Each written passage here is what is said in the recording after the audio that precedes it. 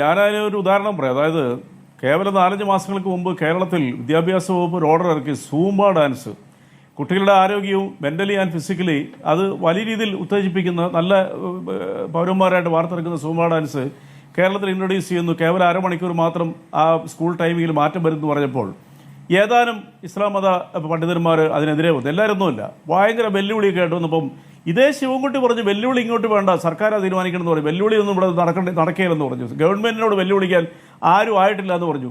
അദ്ദേഹം ആ നിലപാടിനെതിരെ അങ്ങനെയാണ് പ്രതികരിച്ചത്. അതുകൊണ്ട് സർക്കാർ നിസ്സഹാര എന്നുള്ള വാക്കൊന്നുമില്ല. സർക്കാരിനെ ഇടതുപക്ഷ ജനാധിപത്യത്തിലുള്ള ഗവൺമെൻറ്റിനെ സംബന്ധിച്ചുള്ള മതത്തിനും ജാതിക്കും അതീതമായിട്ട് എല്ലാ വിഷയങ്ങളും ജനങ്ങളുടെ കാര്യങ്ങളോടൊപ്പം നിൽക്കുന്നൊരു പ്രസ്ഥാനമാണ് ഇടതുപക്ഷ പ്രസ്ഥാനങ്ങൾ. ചിലർ വ്യാഖ്യാനിക്കുന്നുണ്ട്. ഇപ്പോൾ ശിവൻകുട്ടി എന്ന് പറഞ്ഞ മിനിസ്റ്റർ എല്ലാ കാര്യങ്ങളും അദ്ദേഹം എടുക്കുന്ന നിലപാടുകൾ മനുഷ്യരോടും കുട്ടികളോടൊക്കെ ചേർന്ന് നിൽക്കുന്ന നിലപാടാണ്. അത് തന്നെ ഈ അടുത്ത കാലത്ത് അദ്ദേഹത്തിനെ കളിയാക്കിയിരുന്ന പലരും, മനഃപൂർവ്വം കളിയാക്കിയിരുന്ന ആക്ഷേപിച്ചിരുന്ന പലരും ഇന്ന് അദ്ദേഹത്തിന് ഫാനായി മാറിയിരിക്കുകയാണ്. അദ്ദേഹം കുറച്ച് നിലപാടുള്ള സ്കൂളിലെ യൂണിഫോം എന്നുള്ള ഒരു വലിയ ആശയം ആദ്യം കൊണ്ടുവരികയും അതിൽ നിന്ന് പിന്നാക്കം പോകേണ്ടി വരികയും ചെയ്തിട്ടുണ്ട്. അതത് സ്കൂളുകൾക്ക് തീരുമാനിക്കാമെന്ന അല്പം പിറകോട്ട് പോകേണ്ടി വന്ന സാഹചര്യം ഉണ്ടായിട്ടുണ്ട്. അല്ല, അത് ഞാൻ പറഞ്ഞല്ലോ, കേരളത്തിൻ്റെ ഒരു സവിശേഷ പ്രത്യേകത ഏത് വിഷയത്തിലും ജാതി മതം കൊണ്ടുവരിക എന്നുള്ളതാണല്ലോ. അപ്പോൾ അതിൻ്റെ ഭാഗമായിട്ടൊരു പ്രശ്നത്തിലേക്ക് പോകാതിരിക്കാൻ വേണ്ടിയിട്ട് സ്വാഭാവികമായിട്ട് അങ്ങനെ ഒരു തീരുമാനത്തിലേക്ക് എത്തി. അത് ശാശ്വതമായിട്ട് അങ്ങനെ ഒരു തീരുമാനത്തിലേക്കൊന്നും എത്തിയിട്ടൊന്നുമില്ല. അതിനേക്കാളും ഭയങ്കരമല്ലായിരുന്നു സൂംബ ഡാൻസ്. എന്തെല്ലാം വിചിത്രവാദങ്ങളുമായിട്ട് ചില ആൾക്കാർ വന്ന്. പക്ഷേ ഇസ്ലാം സഹോദരങ്ങളിൽ 99.99% ആൾക്കാരും അവരുടെ വാദഗതി എതിർക്കില്ലേ. ഇത് കേരളം കണ്ട കുളിർമയുള്ളൊരു വാക്കുകളില്ലായിരുന്നോ? അതാണ് നമ്മുടെ കേരളം എന്ന് പറയുന്നത്. ഇപ്പോൾ ഈ സ്കൂളിലേക്ക് ഞാൻ തിരിച്ചു വരാം. ആ സ്കൂളിൽ പുതിയതായിട്ട് ചേർന്നൊരു കുട്ടിയാണ് ഈ വർഷം. ആ കുട്ടി മറ്റേ ഒരു സ്കൂളിൽ ആ കുട്ടി പഠിച്ചത്. അവിടുന്ന് ആ സ്കൂളിൽ വന്നപ്പോൾ ആ സ്കൂളിൽ നിന്നല്ല നമ്മളൊക്കെ പഠിക്കുന്ന സ്കൂളുകളിൽ ഇപ്പോൾ പ്രത്യേകിച്ച് ഈ കാലഘട്ടങ്ങളിൽ അവർക്കെല്ലാം ഒരു ടേംസ് ആൻഡ് കണ്ടീഷൻ ഉണ്ട്. അതിൽ സ്കൂളിൻ്റെ നിയമം അനുസരിച്ചുള്ള യൂണിഫോം എല്ലാം പാലിച്ചുകൊള്ളാം. അതിനെല്ലാം 2018 ഹൈക്കോടതി വിധി പ്രകാരം അവർക്ക് അതിനുള്ള അവകാശമുണ്ട്.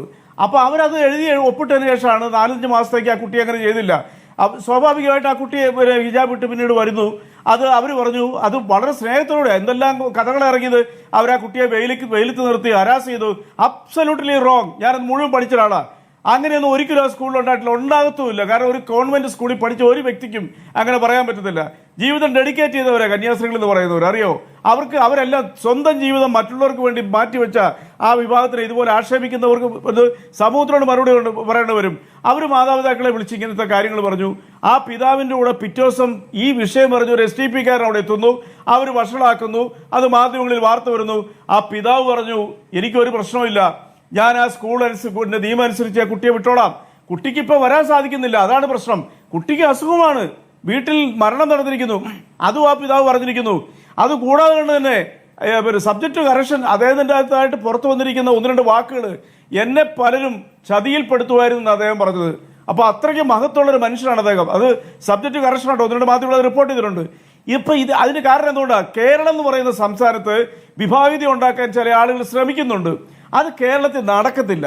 അതിന് ഒരുപാട് ഉദാഹരണം നമ്മുടെ നാട്ടിലുണ്ട്. അതാണ് ഞാൻ വലിയൊരു വണ്ടർഫുൾ ഒരു എക്സ്പീരിയൻസ് ഓണക്കാലത്ത് ഇവിടെ സംഭവിച്ചതിനെ കുറിച്ച് ആദ്യം പറഞ്ഞത്. ഈ വിഷയം ഇവിടെ ആദ്യമായിട്ടല്ല ഉണ്ടാകുന്നത്. 2018 കോടതി കയറാനുള്ള കാരണം എന്തുകൊണ്ടാണ്? അത് ഇതുപോലത്തെ ഒരു വിഷയമാണ്. അവിടെയെല്ലാം വളരെ ഹാപ്പി ആയിട്ടല്ലേ ജീവിക്കുന്നത്. ഇസ്ലാം മതം അല്ലെങ്കിൽ ഇസ്ലാം സംഘടന നടത്തുന്ന എത്രയോ സ്കൂളുകളിൽ മറ്റു ജാതിയിൽപ്പെട്ട ആൾക്കാർ ജീവിക്കുന്നു അല്ലെ പഠിക്കുന്നു. അവിടെ എന്തെങ്കിലും വിഷയമുണ്ടോ? അവരാരെങ്കിലും പ്രശ്നം ഉണ്ടാക്കാറുണ്ടോ? ഉണ്ടോ? എൻ്റെ അറിവിലില്ല. അങ്ങനെയുണ്ട് കേരളം സമ്മതിക്കത്തില്ല. അതുകൊണ്ട് ഒരു കാര്യം ഞാൻ പറയാം, നമ്മൾ ഈ ചർച്ച നടത്തുമ്പോൾ ചിന്തിക്കേണ്ട ഒരു വിഷയം ഇതിൻ്റെ നെഗറ്റീവും പോസിറ്റീവും വശങ്ങളെ നമ്മൾ ചിന്തിക്കണം. പക്ഷേ കാര്യമായ രീതിയിൽ ഇതിനെ വലിച്ചു നീട്ടേണ്ട കാര്യമില്ല. ആ പ്രശ്നം അവിടെ പരിഹരിച്ചു. ആത്യന്തികമായി നടപ്പാക്കേണ്ട കാര്യം അതാണ്. സർക്കാരും വലിച്ചു നീട്ടാൻ ആഗ്രഹിക്കുന്നവരുണ്ട്. ശരി, അതുണ്ടാകാം. ആഗ്രഹിക്കുന്നവരുണ്ട്. ഇരുത്തിയിൽ എണ്ണ ഒഴിക്കുന്ന നിലപാട് ആരെടുക്കുന്നു എന്ന ചോദ്യം കൂടി ഉണ്ടല്ലോ.